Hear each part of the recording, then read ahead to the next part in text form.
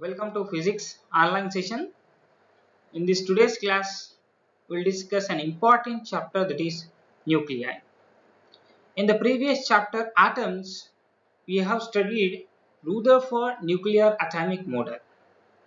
So according to Rutherford nuclear atomic model, the total almost the total mass and positive charge of an atom is concentrated in a small region known as nucleus, and the negatively charged particles called electrons revolves around the nucleus in circular orbits. And we have also studied that the size of the nucleus is in the order of 10 power minus 14 meters. Okay, and the size of an atom is in the order of 10 power of minus 10 meters. It is nothing but uh, 10 power of minus 10 meter. 1 angstrom nothing but 10 power of minus 10 meters. This is the size of an atom, and this dark region, this total region, is nothing but an atom, and the small dot which is at the center is nothing but the nucleus. It is the nucleus, and size of the nucleus almost it is in the order of 10 power of minus 14 to 15 meters. Okay, so if you compare the size of the nucleus with an atom, it looks extremely small. Okay, size of the nucleus is almost 1 by 10 power of 4 times than the size of an atom. Okay, so by knowing the concept of nucleus, okay, so generally three questions arises. So does the nucleus has any structure like an atom, and what are the constituent particles of the nucleus? So if there are any constituent particles, how they held together inside the nucleus? So we will answer these questions in this chapter, and we will discuss some properties of nucleus like mass, charge, density, etc.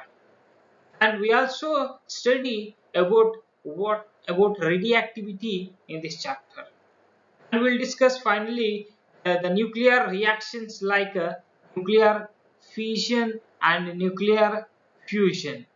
So these are very important nuclear reactions. So this nuclear fission reaction takes place in power plants, nuclear power plants, to generate electricity. And nuclear fusion process takes place in sun and the stars. Okay, if you study this chapter nuclei, you can understand what is the nucleus, and also you can understand the how the formation of universe takes place. Okay, so how the universe was created. Okay, and the extension of the universe. Okay, so in this present class, I start with one topic, that is atomic mass and composition of the nucleus.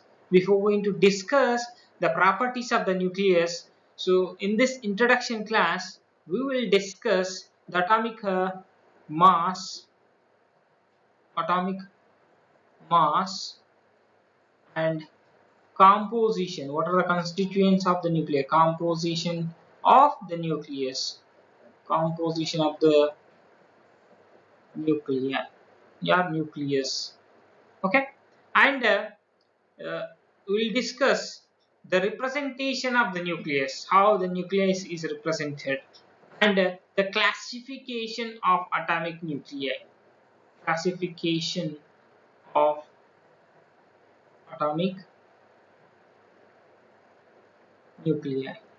Okay, so in this class we will discuss these topics. Okay, the first topic, atomic mass and composition of the nucleus. First part we will discuss here atomic mass, of how atomic masses are measured in this chapter. So kilogram is the biggest unit uh, of mass. It looks very big. So when coming to the fundamental particles like protons, electrons and neutrons. So generally the mass of hydrogen, it is in the order of 10 power minus 27 kilograms. Okay, so these particles, so and this 10 power of minus 27 kg looks very inconvenient. Okay, so to reduce the inconvenience, so one more unit is introduced in this chapter, that is atomic mass unit. Okay, AMU, it is called AMU. So and it is defined as 1 AMU. It is the smallest unit of mass. Remember, it is the smallest unit of mass, and it is defined as 1 by 12th of the mass of the neutral carbon atom. Okay, so actually the smallest mass, hydrogen has the smallest mass, but we'll take carbon as a reference. So once again we will divide carbon by 12. Once again approximately we will get the mass of hydrogen. So why we are taking a carbon means it forms compounds with many elements. That is why carbon chosen here. Okay, uh, here so I'll defining what is atomic mass unit. Atomic mass unit is defined as it is 1 by 12th of the mass of neutral carbon atom.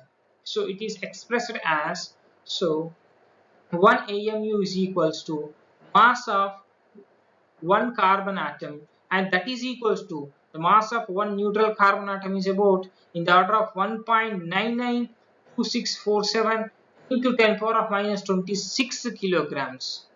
Okay, but 1 am is 1 by 12th of the mass of neutral carbon atom. So when you divide it with 12, you will get the mass of atomic mass unit as 1 amu as 1.660539 times 10 power of minus 27 kg. Okay, so here generally amu refers the masses of neutral atoms. Okay, and in here we will uh, write the masses of proton and electron in atomic mass units. Okay, so right here mass of proton is about 1.6726. Okay, this is a measured mass with the spectrometers. The mass of proton is in the order of 1.67262 into 10 power of minus 27 kg. Okay, but in atomic mass units simply it can be written as 1.00727 U. Okay, it is easily written, so without any inconvenience, as mass of proton as 1.00727. Sometimes it is written as 1.007825. Actually this atomic mass unit includes the mass of electron also. Okay, and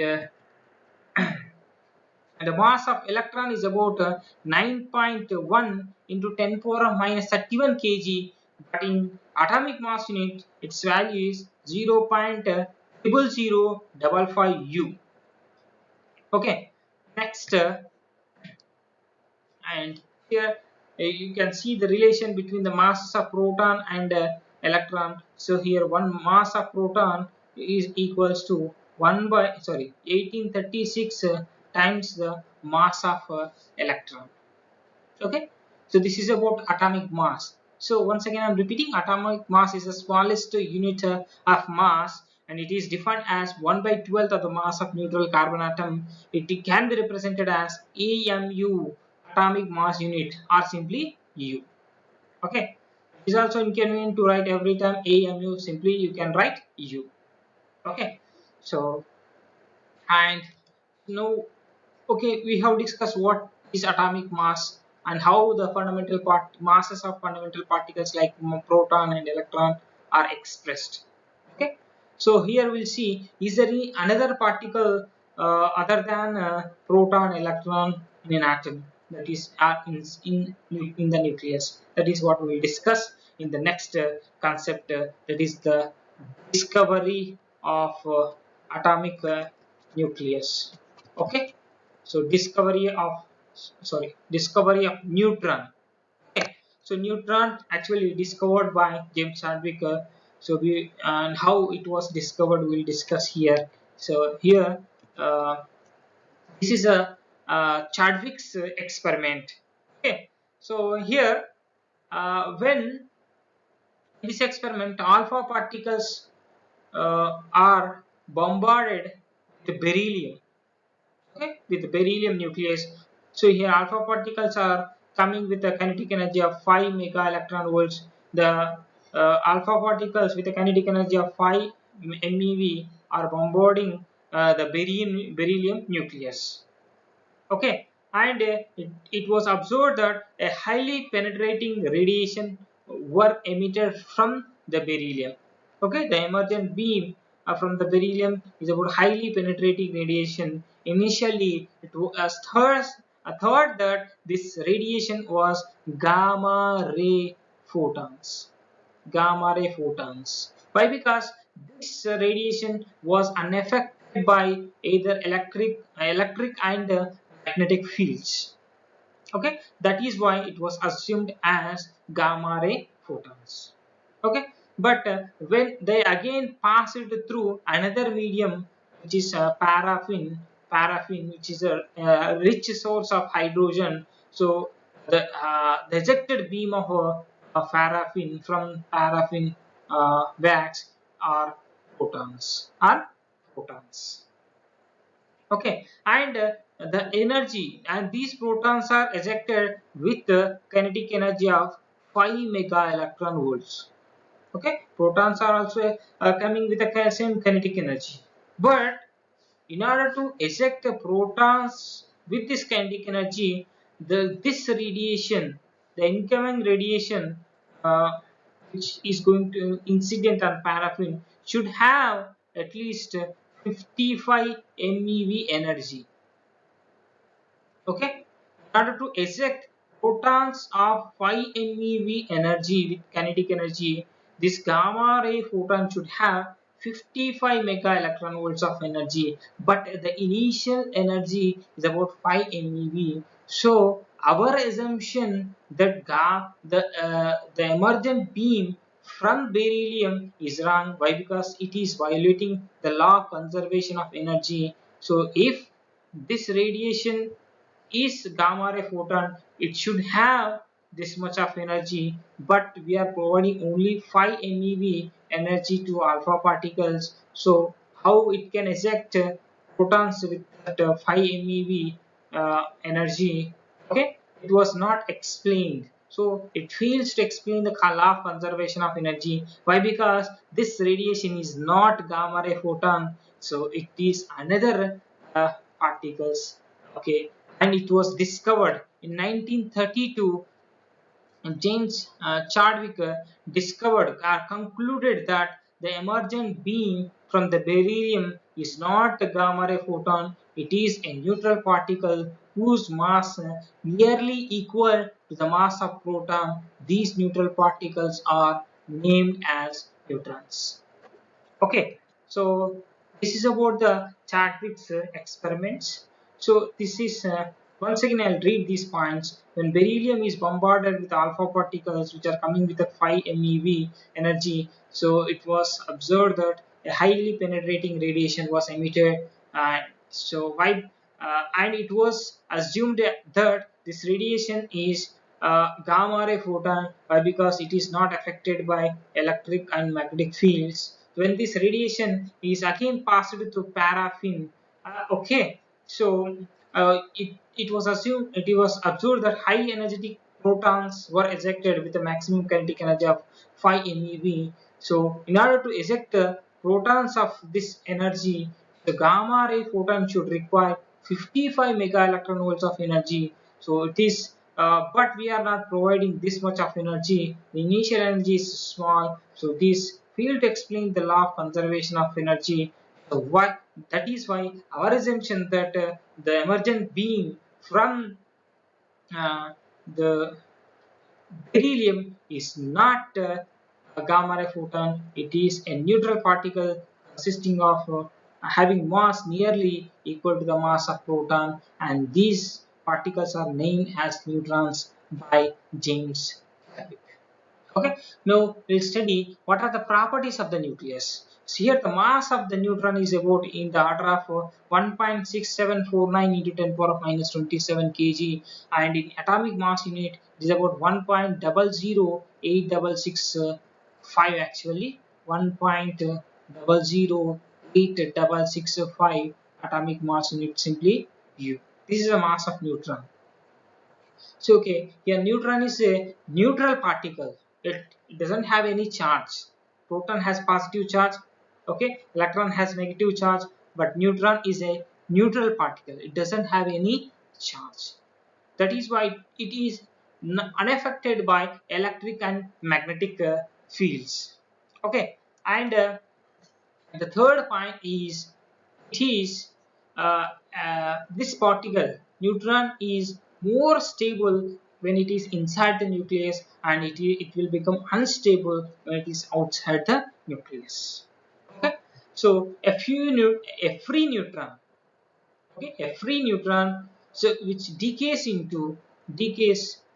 and a free neutron, it is not unstable. Yes, so a free neutron, unstable neutron decays into become stable by following nuclear reaction. It neutron disintegrate into proton and electron and antineutrino.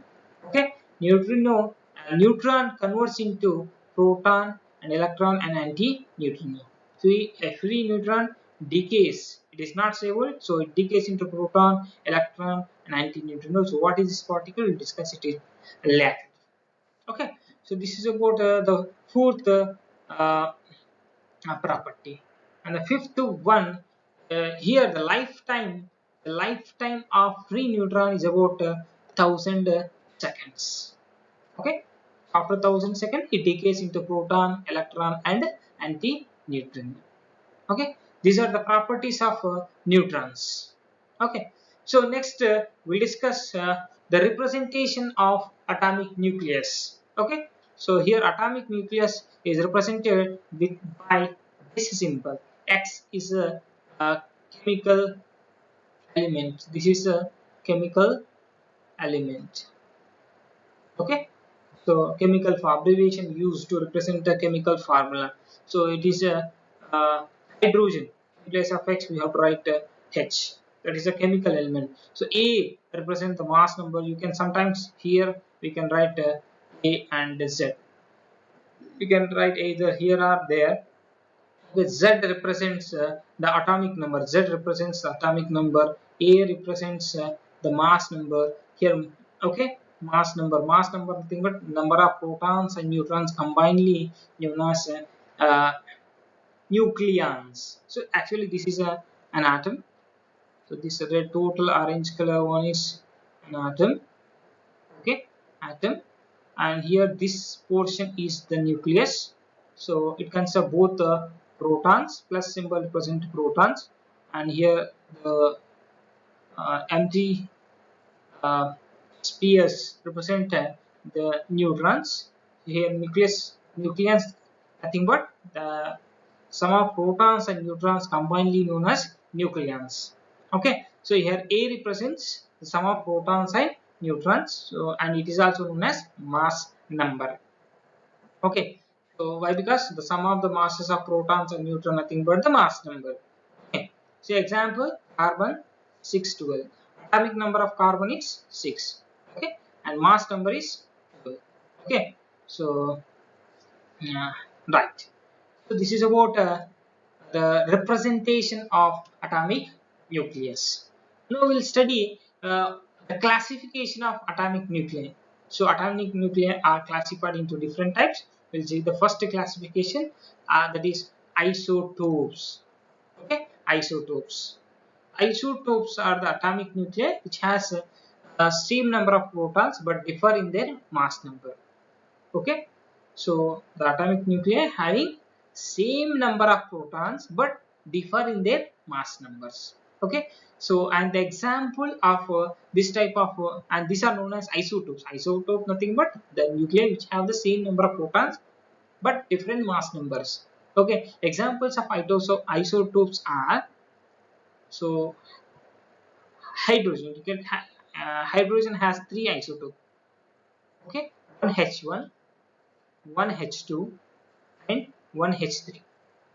Okay, so this is called a proton, this is called deuteron, this is called tritium. The first two are natural isotopes, and the third one is artificial isotopes. You can see in this example. So atomic nuclei. So with same number of protons, same atomic number. Okay. So with the different mass number. Okay. So here it was written here, atomic nuclei with same atomic number but different mass number is said to be isotopes. Here hydrogen has three isotopes: one H1, one H2, one H3. One H1 is called proton, one H1 is called proton. Deuterium, this is called one H2. Okay, one nothing but the atomic number Z is equals to 1. Two nothing but mass number A equals to 2. Okay, so here A minus Z is nothing but the neutron number. Okay, neutron Z equals to 1 is a 1 is the proton number, 2 is the mass number. How can you get the neutron number? If you take the difference of these two, mass number minus atomic number will give us the neutron number. Here 2, how many protons are there? 1. How many neutrons are there? 2 minus 1, nothing but 1. Deuterium nucleus contains one proton. So deuterium nucleus contains one proton and one neutron, and this is one electron. This is the nucleus. This is the nucleus, and it is a atom. Why? Because it is atomic electron. Okay, it is deuterium 1H2. Okay, and and these two, 1H1 and 1H2, are called natural isotopes. Okay, the available in nature, and you will find this tritium in laboratory only. So it is artificial isotope of hydrogen. Okay, next the next type of atomic nuclei, isobars. So you got it. How, what are isotopes and the example of isotopes, and we have I gave the isotopes of hydrogen. Hydrogen has three isotopes. Next, I'm talking about isobars. So isobars. So these are atomic nuclei. So with the same mass number but differ in their atomic number, quite opposite to the isotopes. Okay, so here let us take a example here: carbon 614, nitrogen 714. Their atomic numbers are different, 6 and 7. Carbon atomic number is 6, nitrogen atomic number is 7. So but they have the same number of same mass number of these elements nuclei are same but they differ in their proton number, so these are called isobars. The third classification is isotones.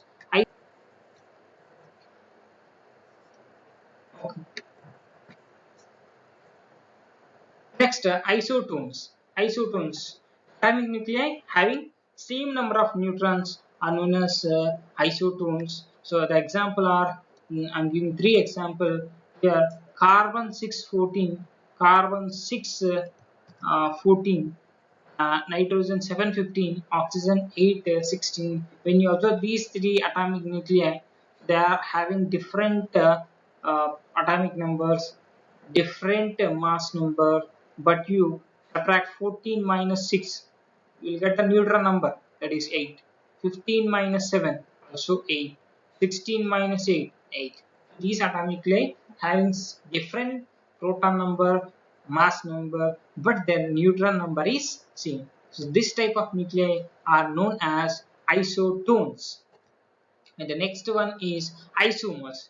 The atomic nuclei having same number of protons and same number of neutrons and mass number, but they just differ in their energy levels. So let us take an example of helium-24. When helium-24, if it is written like this, so the helium is said to be in the ground state. If you put a star over this nuclei, it is said to be in a excited state. So this is excited state. So everything is same atom, same number of protons, same number of neutrons, but just differ in their energy state. So the first nuclei, it is in the ground state, and the second one is in the excited state. This is about the classification of atomic nuclei. In the next class, we'll discuss the properties of the nucleus, like mass, charge, density, and stability, etc., and also nuclear forces. Okay, thank you.